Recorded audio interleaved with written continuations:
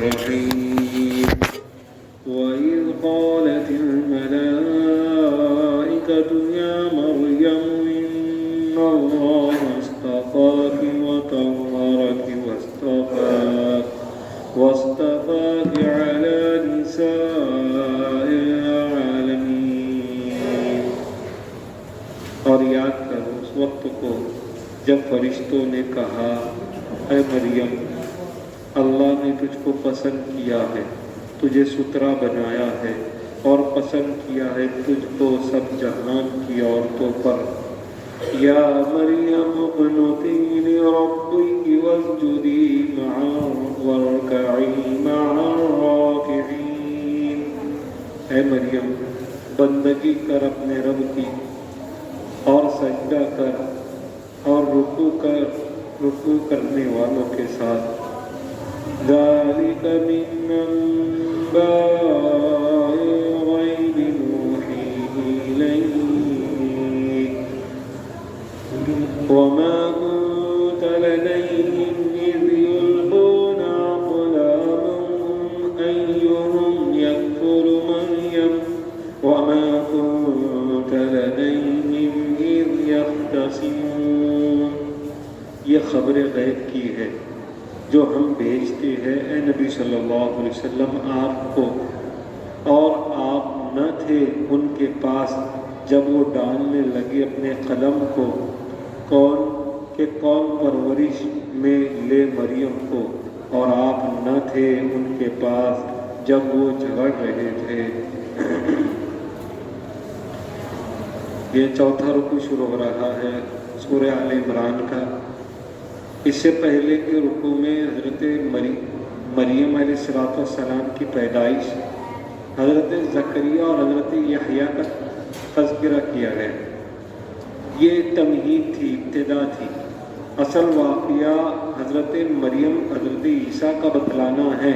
اس سے پہلے کہ 3 لوگوں کے واقعات کو ذکر کیا گیا تاکہ جب حضرت عیسیٰ بغیر باپ کے دنیا میں تشریف لائے تو لوگوں کو شکوک و شبہات میں نہ پڑا جائے، اس لیے کہ اللہ وہ ہے کہ جو حضرت زکریا کو بڑھاپے میں اولاد دے سکتا ہے، حضرت آدم کو بغیر ماں باپ کے پیدا کر سکتا ہے، حضرت عیسیٰ کو بغیر باپ کے کیوں نہیں پیدا کر سکتا۔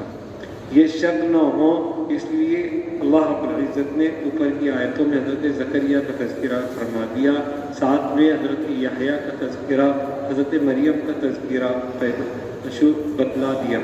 آج کی آیت میں حضرت مریم کی پاکیزگی کو بتلایا جا رہا ہے۔ حضرت عیسیٰ کی والدہ حضرت مریم ہے، اور والدین جتنے پاک و صاف ہوتے ہیں انہی کی طرف نسبت کر کے اولاد کو یاد کیا جاتا ہے۔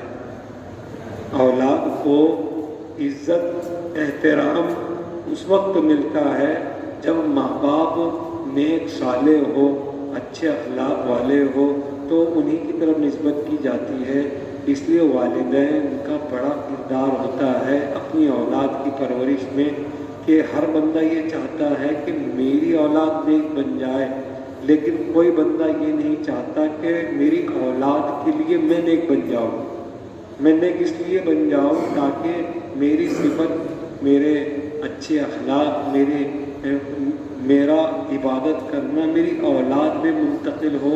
یہ نہیں چاہتا، چاہنا چاہیے اپنے اولاد جب دعا کرے بندہ کہ اللہ میرے اولاد کو نیک بنا، تو ساتھ میں یہ بھی دعا کرے اللہ میری اولاد کے لیے مجھے نیک بنا۔ بہرحال تو حضرت مریم کا تذکرہ کیا جا رہا ہے۔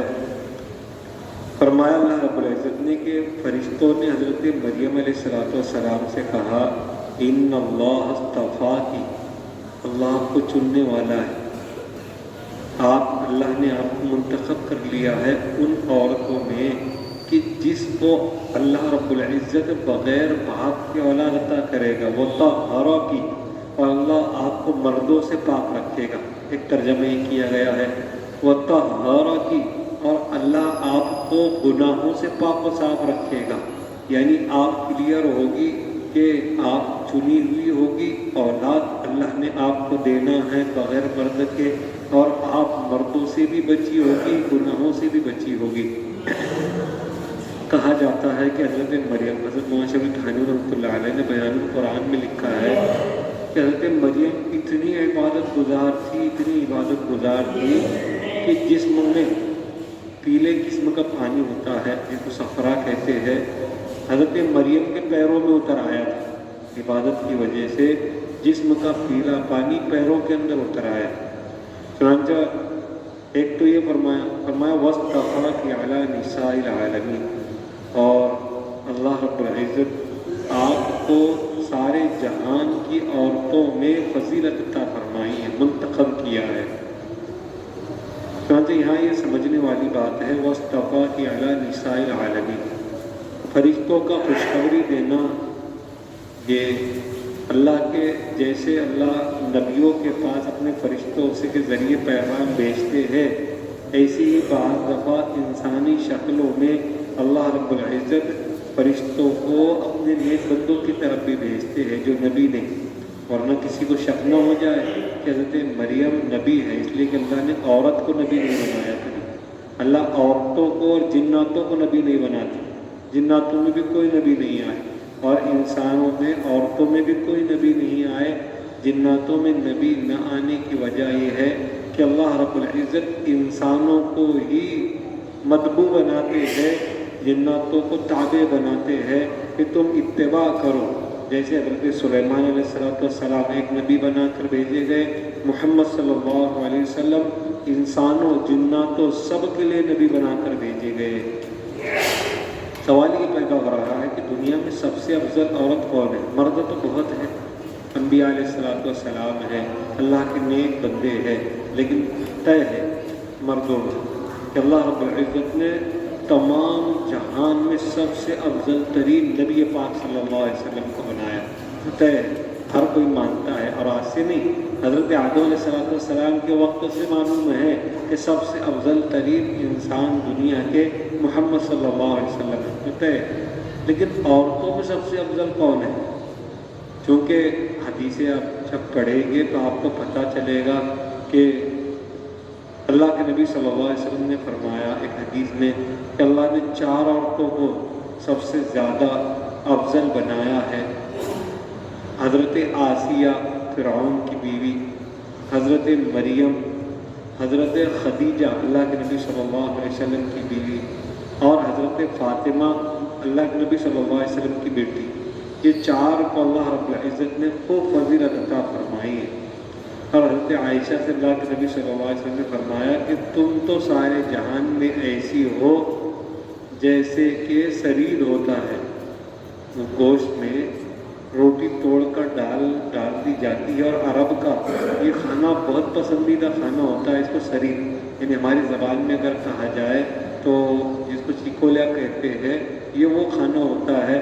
تو یہ کھانا اللہ کے نبی صلی اللہ علیہ وسلم کو خوب پسند تھا، تو اللہ کے نبی صلی اللہ علیہ وسلم نے فرمایا عائشہ تو سرید کی طرح ہے، جیسے شوربے میں سرید ہوتا ہے ایسے ہی۔ ایک تو فضیلت حضرت عائشہ کی، دوسرا حضرت فاطمہ الزہرا کے متعلق تو واضح حدیث ہے، اللہ حضرت علی فرماتے ہیں کہ اللہ کے نبی صلی اللہ علیہ وسلم نے فرمایا کہ نساء اہل الجنت سیدۃ فاطمہ، کہ فاطمہ جنت کی عورتوں کی سردار ہے۔ تو یہ حدیثوں سے، قرآن کریم کی آیت سے پتہ نہیں چل پا رہا ہے افضل کون ہے۔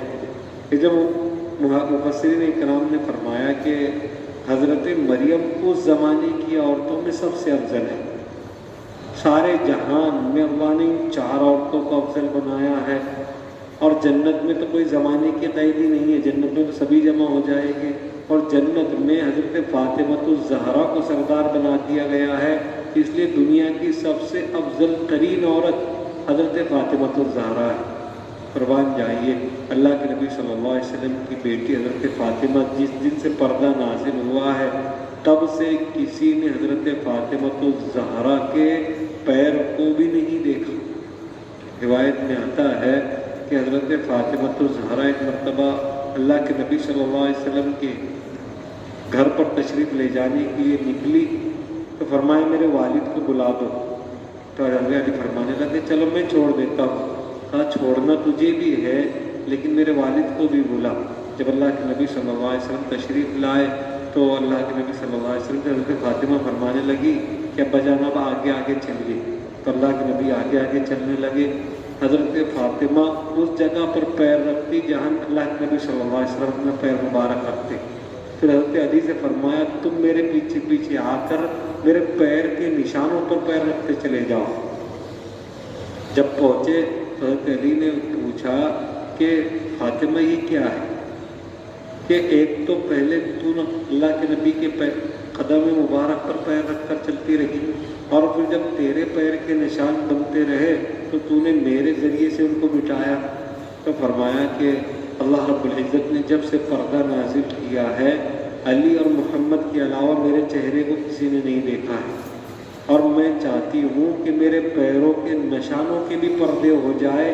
اس لیے میں نے تیرے پیر لگائے میرے پیروں کی جگہ پر تاکہ لوگوں کو یہ نظر آئے کہ علی کا پیر ہے فاطمہ کا پیر نہیں ہے.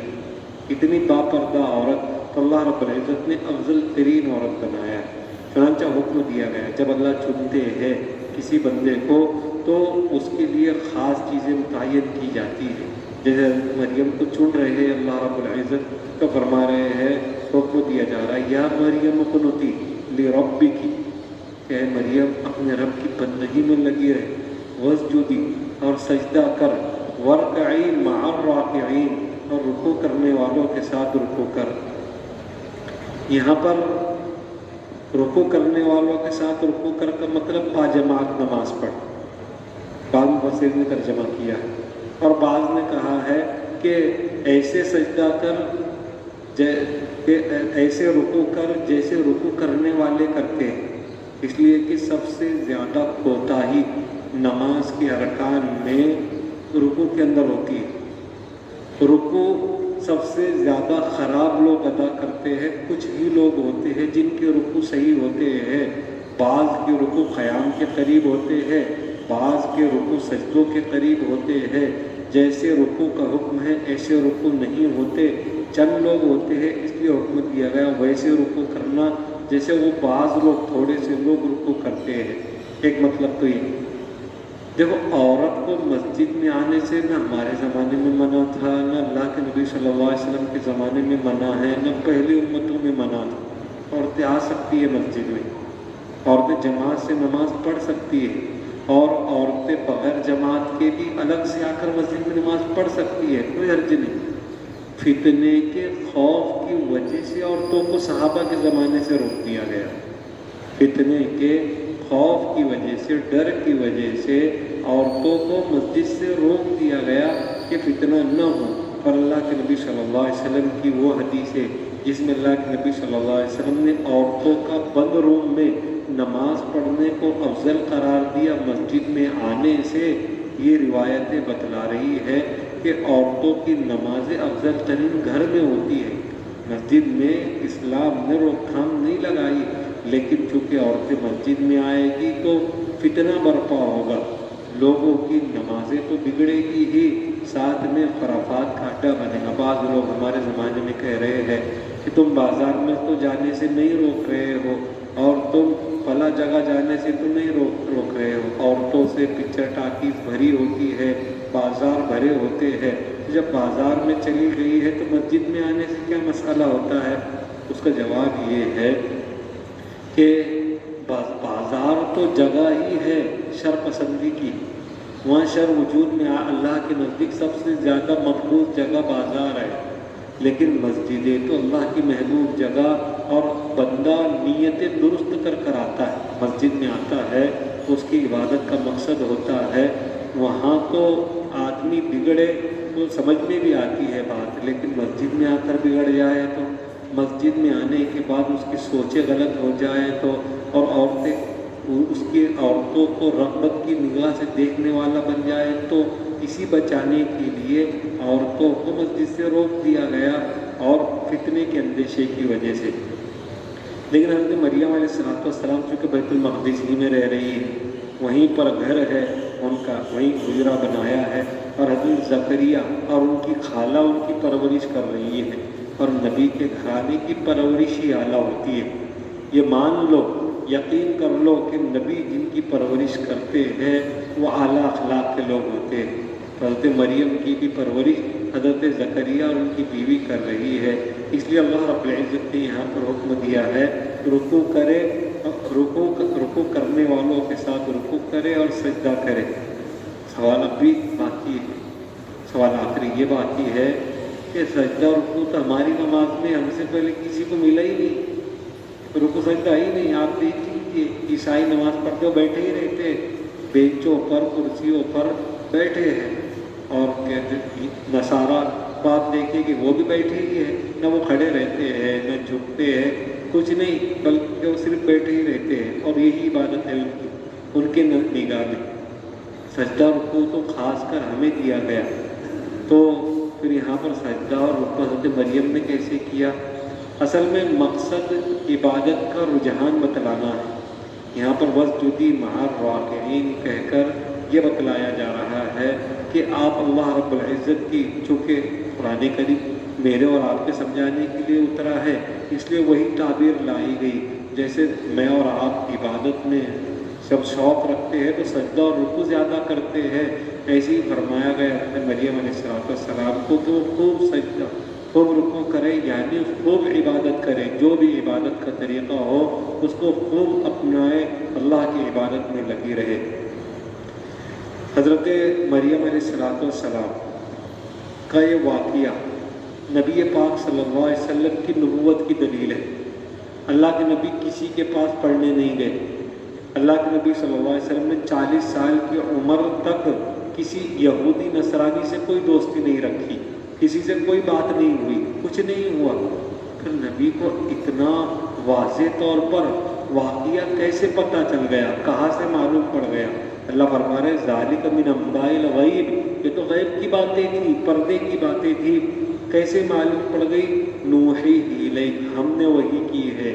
اللہ فرما رہے ہیں ہم نے بھیجا ہے محمد صلی اللہ علیہ وسلم کے پاس یہ پیغام کہ بتلاؤ یہود و نصارہ کو کہ واقعی کہ تمہیں بھی صحیح رنگ ڈھنگ سے خبر نہیں، وہ میں صاف صاف تمہیں بتلا رہا ہوں۔ وما كنت لديهم إذ يلقون أقلامهم، اور آپ اس وقت موجود نہیں تھے، اللہ کے نبی صلی اللہ علیہ وسلم سے فرمایا جا رہا ہے آپ اس وقت موجود نہیں تھے جب لوگ اپنے قلم کو ڈال رہے تھے۔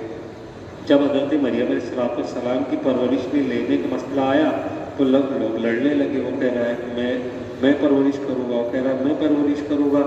تو یہ طے پایا کہ ٹھیک ہے سب کی سب اپنا قلم پانی میں ڈالیں گے، جیسے میں اور آپ ہمارے یہاں پر قرآن ڈال چٹھیاں ڈال کر رکھی ہوتی، کسی کا نام اڑ جائے گا تو اس کو دے دیا جائے گا، ایسے اس زمانے میں قلم ڈالنے کا رواج تھا۔ مطلب یہ کہ قلم ڈالا جائے گا، جس کا قلم الٹی طرف چلنے لگے گا، سب کے قلم سیدھی طرف جائے گی، جس کا قلم الٹی طرف چلنے لگے گا اس کو پرورش دی جائے گی۔ تو حضرت زکریا علیہ السلام کا قلم الٹی طرف چلنے لگا، اس لیے حضرت زکریا کو حضرت مریم کی پرورش دی گئی۔ اللہ فرما رہے وما كنت لديهم إذ يختصمون، اور جب وہ جھگڑ رہے تھے تب بھی آپ موجود نہیں تھے۔ آگے کی آیتوں میں حضرت عیسیٰ کا ہی تذکر آ رہا ہے، انشاءاللہ سبحان اللہ۔